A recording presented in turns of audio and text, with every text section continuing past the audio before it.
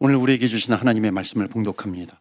로마서 13장 11절부터 14절까지 말씀입니다.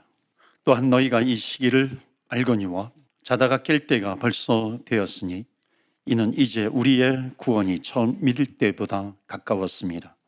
밤이 깊고 낮이 가까웠으니 그러므로 우리가 어둠의 일을 벗고 빛의 갑옷을 입자.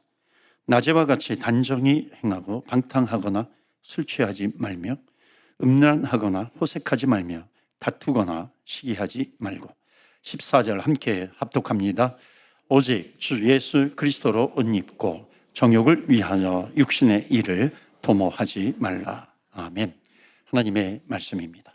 오늘도 하나님의 말씀에 은혜 받으시고 또 새 힘을 얻으시고 승리하시는 저와 여러분 되시기를 주의 이름으로 축원합니다. 아멘. 그리스도인의 옷 시리즈로 계속해서 말씀을 드립니다. 첫 번째로 나뭇잎 옷을 벗겨버리시고 가죽 옷을 입혀주신 하나님.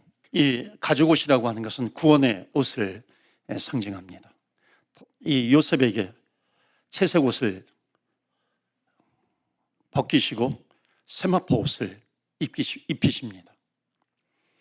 또 지난주에는 그리스도로 옷을 입혀주시는 하나님. 이 모든 것이 이 구원에 대한 옷입니다. 그러니까 우리 기독교인들은 누구냐면 구원의 옷을 입은 하나님의 백성들입니다. 우리가 명절 때가 되면은 어떤 추석 때도 아마도 한복을 입는 사람들이 간혹 있을 겁니다. 각 나라에서 명절 때가 되면 전통 의상을 입기도 합니다. 그래서 나는 이런 나라 사람입니다. 이것을 표시하잖아요. 그런 것처럼 그리스도인들은 구원의 옷을 입어야 할 줄로 믿습니다. 구원받은 하나님의 자녀들이 또한 입어야 될 옷이 있습니다. 그것은 뭐냐면 그리스도의 옷을 입었으니 그리스도인답게 살아가는 삶에서의 예수 믿는 사람답게 살아갈 수 있는 그런 옷을 입어야 한다는 것이죠. 그게 바로 오늘 로마서 13장의 말씀, 빛의 갑옷을 입자 하는 겁니다. 그러니까 이것은 생활의 옷입니다. 삶의 옷이 되는 거죠. 로마서 말씀은 1장부터 특별히 7장, 8장, 9장, 12장 구원에 대한 내용들이 많이 나옵니다. 그리고 이제 본격적으로 12장, 13장부터는 삶에 대한 내용들이 나오죠. 그래서 오늘 13장 말씀 보시면 로마서 13장 마지막 부분에 보면 빛의 갑옷을 입자 하는 것을 말씀합니다. 그런데 빛의 갑옷을 입자라고 하는 그런 말씀 전에 11절 말씀 보시면 또한 너희가 이 시기를 알거니와 자다가 깰 때가 되었으니, 깰 때가 있다는 거예요. 여기까지만 좀 읽도록 하겠습니다. 성경은 깨어 있으라라고 하는 말씀을 많이 합니다. 주님 오시는 날까지 깨어 있으라라고 하는 말씀을 전하고 있는데, 또 한편으로 깨어 있으라라고 하는 것은 뭐냐면 창조 때부터 종말 때까지 중요하지 않은 날이 없다는 겁니다. 창조 때부터 주님 다시 오시는 종말의 날까지 그리스도인들은, 구원의 옷을 입은 그리스도인들은 매일매일 깨어있는 그런 영적인 옷을 입어야 한다는 것을 말씀하고 있습니다. 왜냐하면 하나님 앞에는 소중하지 않은 날이 하나도 없기 때문에 그렇습니다. 그렇기 때문에 우리는 깨어 있어야 된다. 예배를 드릴 때도 깨어 있어야 되는 것이고, 가정에 있을 때도 깨어 있어야 되는 것이고, 학교에서 공부할 때도 마찬가지이고, 일터에 있을 때도 깨어 있어야 되는 것이고, 사람을 만나서 커피를 마실 때도 깨어 있어야 한다는 것입니다. 그래서 이 깨어 있으라라고 하는 것을 그 다음 절 로마서 13장 12절 말씀에 뭐라고 말씀하고 있냐면은 12절 말씀 다 같이 읽겠습니다. 시작. 밤이 깊고 낮이 가까웠으니 그러므로 우리가 어둠의 일을 벗고 빛의 갑옷을 입자. 아멘. 그게 뭐냐면 깨어 있으라라고 하는 것을 빛의 갑옷을 입자. 빛의 갑옷을 입어야 한다는 것입니다. 여러분, 갑옷은 언제 입어요? 전쟁할 때 입습니다. 싸울 때 입는 것이죠. 그러니까 깨어 있으라라고 하는 것, 영적으로 깨어 있으라 하는 것. 영적인 전투가 뭐냐면 어둠의 일이 있다는 겁니다. 어둠 가운데 있는 경우가 있는데 그 어둠의 일을 벗어버리라 하는 겁니다. 그래서 빛의 갑옷을 입으라. 이것은 뭐냐면은 깨끗하게 살아라 하는 거죠. 깨끗하지 못한 일들, 그것을 벗어버리라 하는 것을 말씀하고 있습니다. 자, 그렇다면은 여러분, 깨어있지 못한 어둠의 일이 무엇일까요? 13절 말씀 보시면 정확하게 나옵니다. 다 같이 읽어요. 시작. 낮에와 같이 단정히 행하고 방탕하거나 술 취하지 말며 음란하거나 호색하지 말며 다투거나 시기하지 말고. 여기 밤처럼 살지 말래요. 낮처럼 살아라. 낮에와 같이 단정히 행하라. 성자 어거스틴이 이 말씀을 듣고서 회심하게 되었죠. 그러니까 예수 믿는 사람들이 하지 말아야 될 것이 있다는 겁니다. 그러니까 예수 믿고 구원받은 하나님의 자녀들이 하지 말아야 될 것, 첫 번째로 방탕하는 것입니다. 방탕하지 말아라 하는 것. 이것은 절대로 하나님께서 원하시는 것이 아니라는 거죠. 자기 마음대로 사는 것, 본능대로 살아가는 것이죠. 세상은 자꾸만 본능대로 살아가라 그래요. 마음 가는 대로 살아가라고 그렇게 말하고 있습니다. 그게 아니라 본능대로 살아가는 것이 아니다. 영적인 갑옷을 입어라. 빛의 갑옷을 입으라 하는 겁니다. 괴로울 때 그 괴로움을 술로 이기지 말라는 겁니다. 음란하지 말래요. 1, 2부 때도 말씀을 드렸는데요, 여러분, 깨어있는 크리스찬들이 하지 말아야 될 것이 있어요. 그것이 뭐냐면 음담패설 같은 겁니다. 그러니까 한번 웃겨보려고 많고 많은 조크 가운데 한 번 웃겨보기 위해서 음담패설을 하는 것 하지 말라는 겁니다. 여러분, 많은 조크 가운데 왜 음담패설을 해요? 요즘 그 유튜브의 그 폐악이 뭐예요? 알고리즘 아니겠어요? 그러니까 뭐 한번 클릭하면 계속해서 그것이 뜨잖아요. 뭐 막지도 못하잖아요. 뭐 음담패설 같은 거 욕하는 거 요즘 굉장히 많이 나오고 있습니다. 그냥 누르면 계속해서 그것이 나오잖아요. 우리 예수 믿는 사람들은 우리 입술에서 음담패설을 끊어야 할 줄로 믿습니다. 호색하지 말래요. 호색하지 말아라. 성적인 겁니다. 아내만 사랑해야죠. 그러니까 남자들에게 이런 충동이 올 때, 여자들에게 이런 충동이 올 때 거기에다가 자기 몸을 던지지 말라는 것입니다. 거기에다가 자기의 힘, 에너지 이거 쏟지 말라는 거죠. 또 뭐라 그래요? 다투지 말아라. 시기하지 말래요. 이것을 14절 말씀 보실까요? 오늘의 본문 마지막 한마디로 이것을 정리하는 거예요. 14절 다시 한번 읽어요. 시작. 오직 주 예수 그리스도로 옷 입고 정욕을 위하여. 아멘. 빛의 갑옷을 입는다라고 하는 것, 주 예수 그리스도로 옷 입는다는 겁니다. 본능을 위해서 육신의 일, 육신의 생각 도모하지 말라는 겁니다. 특히 이 12절, 13절, 14절 말씀을 준비하면서 이렇게 깊이 이 마음에 와닿는 것이 있습니다. 그것이 뭐냐면, 하나님은 우리를 향해서 꿈을 갖고 계시는구나. 하나님은 성도를 향한 꿈이 있으시구나 하는 것을 봅니다. 우리 성도들은 꿈을 꿔야 됩니다. 그러니까 하나님은 믿는 사람들에게 꿈을 주시는 겁니다. 그 꿈이 뭐예요? 하나님의 자녀답게 살아라. 세상 사람들과 같이 살지 말고 그런 모습으로 사는 것이 아니라 깨끗하게 살아라. 경건하게 살아라. 빛의 갑옷을 입으며 살아라 하는 겁니다. 그러니까 예수 믿는 사람으로서 다르게 살 수 있는 꿈을 꾸어라라고 하는 것입니다. 그 꿈을 가져보라는 거죠. 여러분들은 밴쿠버에 사시면서 어떤 꿈을 갖고 계시는가요? 돈 많이 버는 꿈? 물론 그것도 여러분 우리가 꿔야 되지 않겠어요? 그래야 또 주의를 하니까. 성공하는 꿈? 물론 그것도 해야 됩니다. 그러나 예수 믿는 사람들은 그것보다도 먼저 해야 될 꿈이 있다는 겁니다. 그 꿈이 뭐예요? 깨끗하게 살아보지 않을래? 깨끗하게 살고 싶은 그런 꿈을 꾸는 겁니다. 이것이 바로 주님이 우리를 향하신 그런 꿈이라고 하는 겁니다. 그래서 오늘 첫 번째 주시는 메시지 다 같이 읽겠어요. 시작. 경건한 삶을 꿈꾸는 그리스도인이 되십시오. 아멘. 오늘과 같은 설교는 좀 도전적인 설교예요.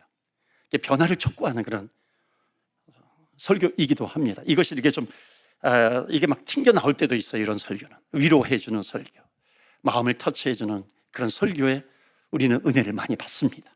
그런데 여러분, 성숙한 그리스도인들은 이렇게 변화를 촉구하는 이런 말씀에도 은혜를 받을 줄로 믿습니다. 그게 성숙한 그리스도인입니다.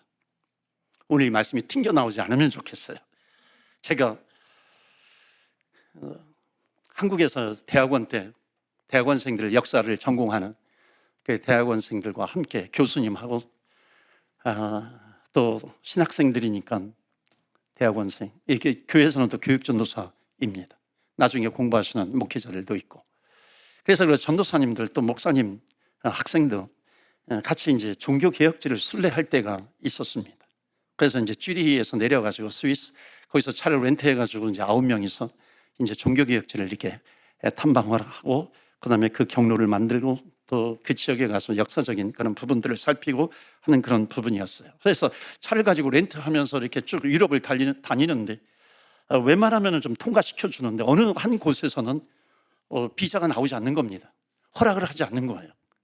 그래서 제가 그때 젊은이 혈기로, 아니 왜 비자를 주지 않느냐, 비자를 다 주기로 되어 있는데 왜 주지 않느냐, 좀 이렇게 화를 냈어요. 근데 옆에 한 목사님이 점잖게 우리 기도하자, 손잡고 기도하자, 하나님 도와달라고 기도하자. 근데 조금 있다가 비자가 나온 겁니다.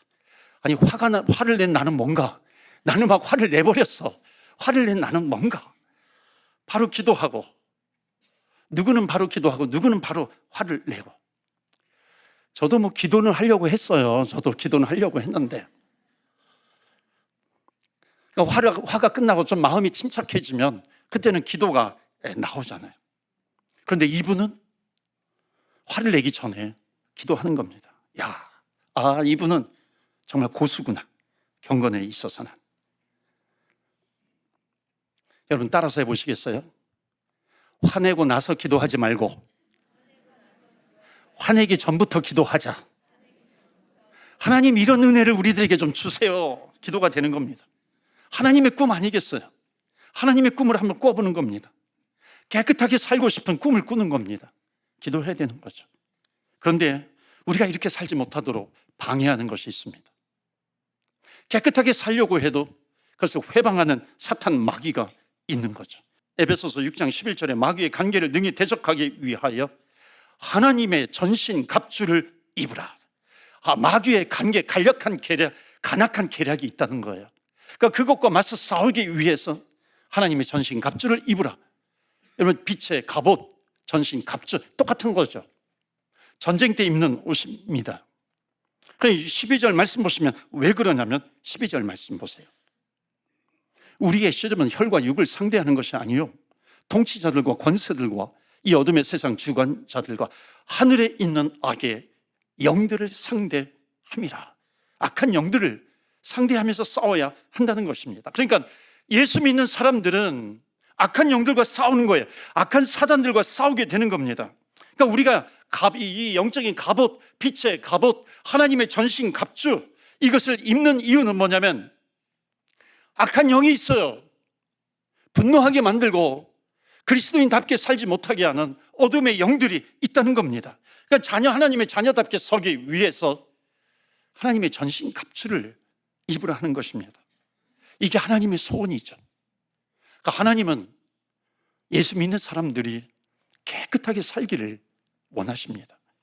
반대로 사탄은 어떤 소원이에요? 반대 소원이 있죠. 그러니까 예수 믿는 사람들이 그리스도인답게 살지 못하게 하는 것, 이것이 사단의 계략이죠. 이것을 알아야 우리는 사단을 이길 수 있는 것입니다. 여러분, 교회가, 사단은 교회를 공격할 때 목사 하나 쓰러뜨리는 게 얼마나 그 교회에 큰 상처를 주는지 너무나도 잘 알아요. 목사 하나 쓰러뜨리면 수십 명, 수백 명, 수천 명, 수만 명, 심지어 수십만 명이 상처를 받습니다. 여러분, 저는 자신 있게 얘기합니다. 여러분, 저를 위해서 정말로 엄청나게 기도 많이 해주시기를 바랍니다. 저를 위해서 기도해 주세요. 저는 기도 부탁 많이 합니다. 중보기도. 일부 예배 때 제가 말씀 전하고 나니까 그 중보기도 팀이 와가지고 어느 요일에 모이는, 월요일인가 화요일인가 모이는 중보기도 팀이 목사님이 해서 기도 많이 해요. 2부 예배 끝나니까 또 목사님 위해서 기도합니다. 지금도 실시간 중보기도 하고 있습니다. 여러분, 이런 중보기도, 이런 것이 뭐예요?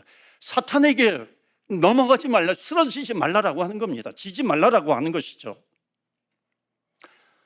매년 1년에 한 번씩 우리 목회자, 우리 교회 목회자, 교역자, 가족 수련회가 있습니다. 이번에도 항상 언제 가냐면 추수감사절 그날 당일날 출발해서 1박 2일로 이렇게 수련회를 갑니다.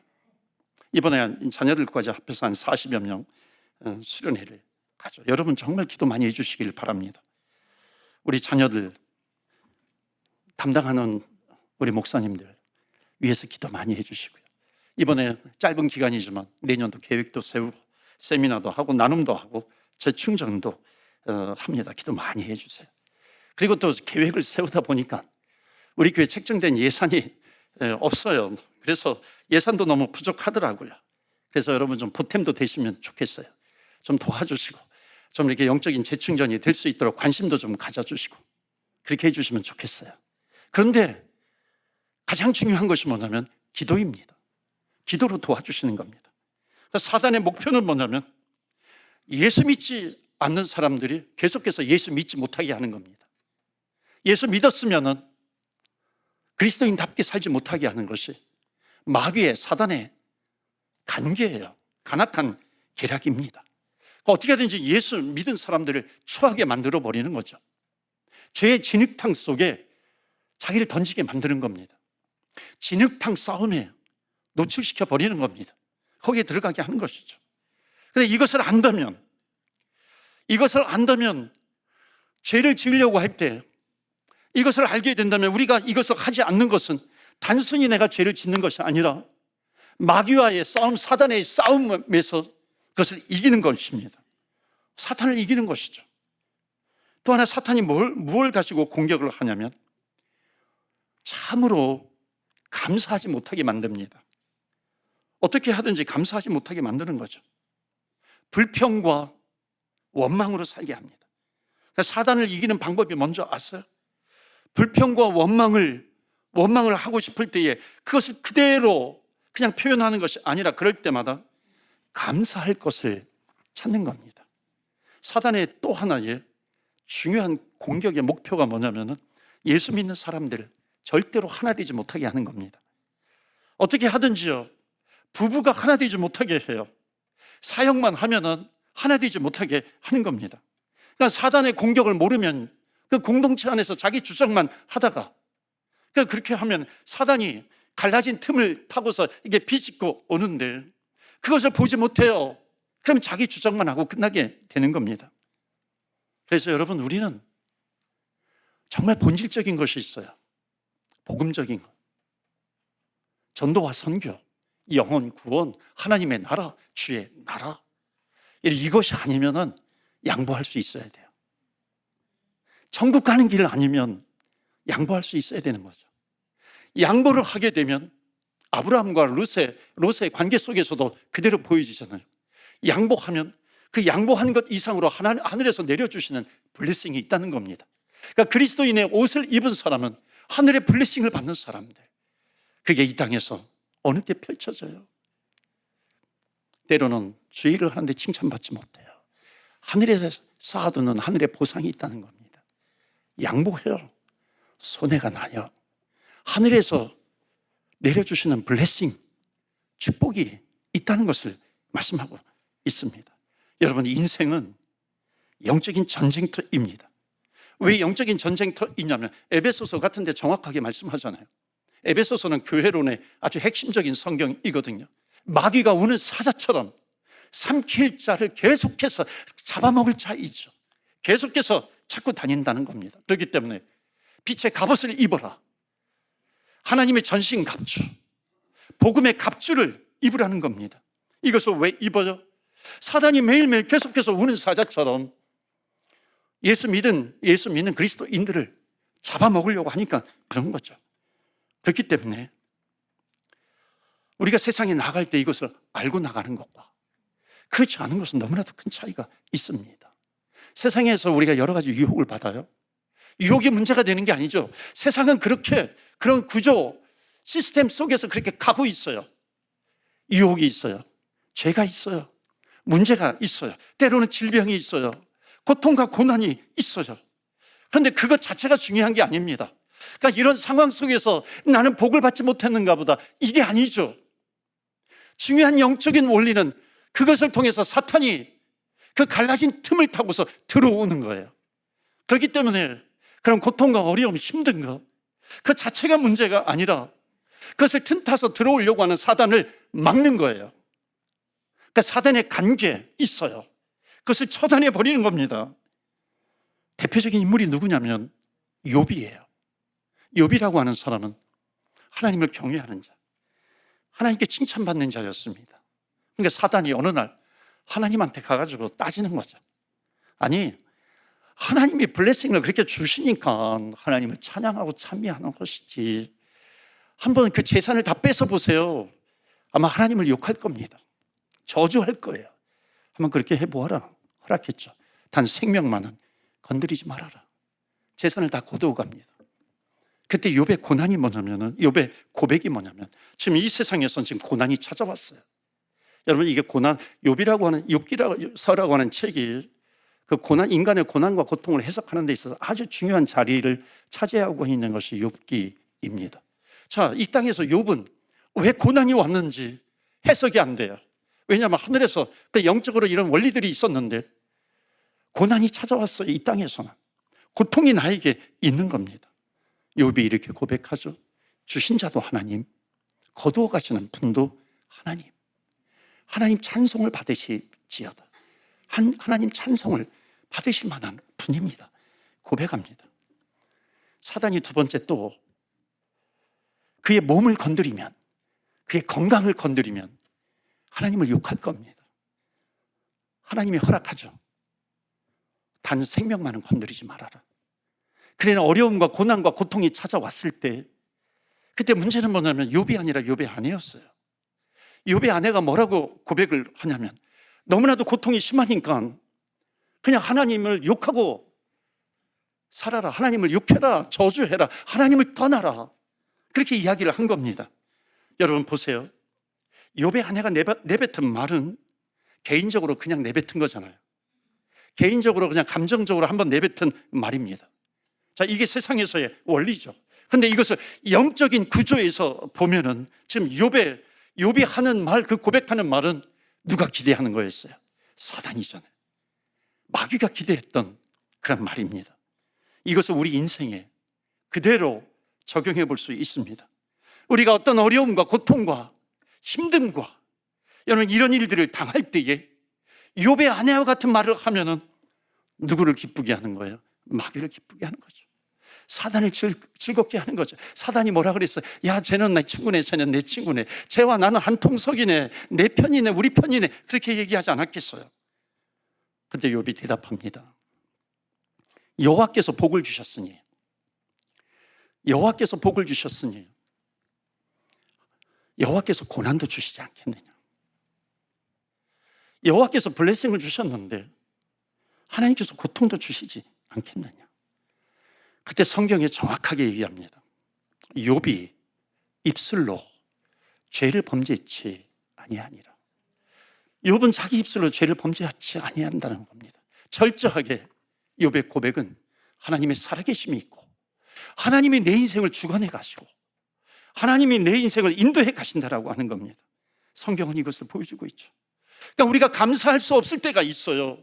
많죠. 더 많죠. 고난과 불평과 원망할 수밖에 없을 때, 그것을 고지고대로 원망하고 불평하고 그것을 내뱉어 버리게 되면은 뭐예요? 사단이 들어올 수 있는 문을 활짝 열어놓는 것입니다.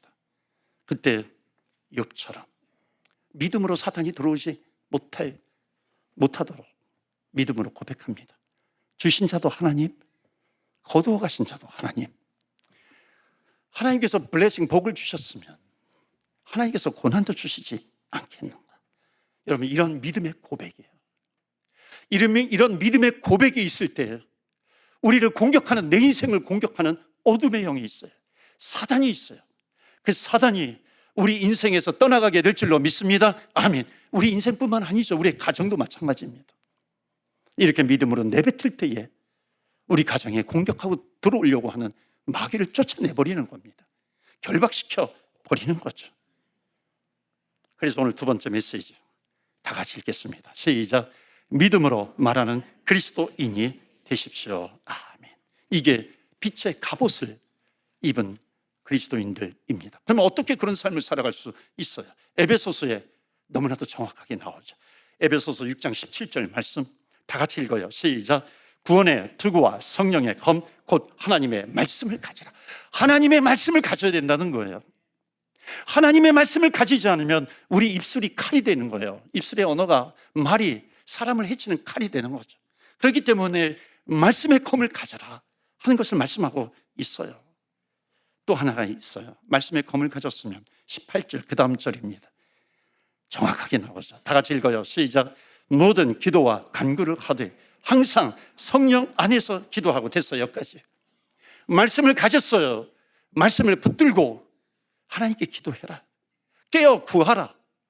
항상 하나님 앞에 구해라 하는 것입니다. 이게 빛의 갑옷을 입으라는 거죠.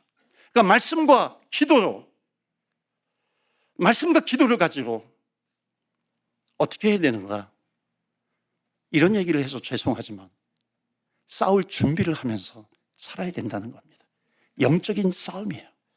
우리 인생은 영적인 싸움이 계속해서 벌어집니다. 그걸 인지하지 못하면 그냥 넘어가는 거죠. 알고리즘 속에 계속해서 파묻혀 버리는 것처럼 그렇게 돼버리는 거죠. 그래서 이렇게 해야 돼요. 한번 따라서 해보시겠어요? 싸울 준비를 하지 말고 싸울 준비를 해라. 이게 무슨 뜻인가? 귀 있는 자는 들을지어다. 여러분, 이 땅에서 우리가 싸울 준비하는 것이 아니라 또 싸울 준비를 해야 돼요. 영적으로 끝까지 싸울 준비를 해야 합니다. 마지막 메시지 다 같이 읽어요. 싸울 준비가 된 그리스도인이 되십시오. 아멘. 사단과 싸울 준비가 되어 있는 사람들, 사람과 싸우지 않습니다. 영적인 악한 영들과 싸울 준비가 되어 있는 사람들, 옆에 있는 이웃과 형제들과 싸우지 않습니다. 그런데 사단과 싸울 준비가 되어 있잖아요. 사람들과 싸우는 거죠. 부부가 갈등이 일어날 때 갈등을 통해서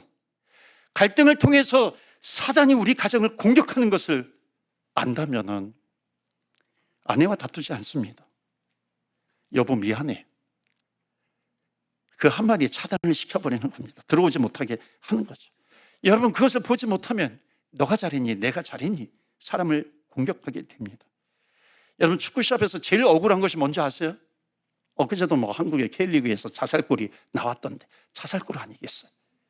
자살골은 상대방 골대에다가 골링을 넣어야 되는데 왜 우리 골대에다가 골링을 넣어요? 자기 골대로 차서 넣는 겁니다. 우리는 기도해야 돼요. 하나님, 영적인 자살골을 넣지 않게 해주세요. 이 땅의 교회들이 꼭 해야 될 기도입니다. 여러분, 영적인 자살골이 뭔지 아세요? 예수 믿는 사람들끼리 싸우는 겁니다. 아군들끼리 싸우는 거예요. 그 싸우는 게 문제가 아니라 그 싸움을 통해서 교회의 본질적인 일들을 하지 못하는 거죠. 그 본질적인 일이 뭐예요? 영적인 것. 하나님의 나라, 복음, 영혼 구원, 복음 전파, 이런 것을 막아버리는 겁니다.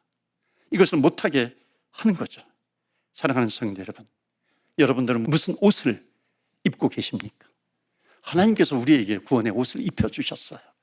이제는 예수님께서 이 땅에서 십자가에 달려 돌아가셨습니다. 십자가에서 죽으셨을 때는 패배를 당한 것 같아요. 전투에서, 전쟁에서 진 것 같아요. 그런데 예수님은 부활하여 하늘나라에서 계속해서 우리를 바라보고 계십니다. 너는 무슨 옷을 입고 있는가? 부활의 소망을 두면서, 그리스도께 소망을 두면서 이 땅에서 벌어지는 영적인 전투에서 빛의 갑옷을 입고 매일매일 그 전쟁에서 승리하시는 저와 여러분 모두가 되시기를 주 예수 그리스도 이름으로 축원합니다. 아멘. 우리 세상으로 나아가기 전에 우리 짧지만 우리 주님 앞에 간절하게 기도하지 않겠습니까? 세상은 계속해서 영적인 전투가 이 세상에서 벌어집니다. 사단은 공격해요. 주님의 자녀답지 못하게 살게 하는 겁니다. 우리는 주님 앞에 기도해야 됩니다. 하나님, 거룩한 빛의 갑옷을 입게 하여 주시옵소서. 믿음의 옷을 입게 하여 주시옵시고 사단에게 패배당하지 않게 하여 주시옵시고 그리스도를 의지하면서 자녀답게 살아가게 하여 주시옵소서. 우리 다 같이 주의 이름 한번 부르며 기도하며 나아갑니다. 주여, 주여.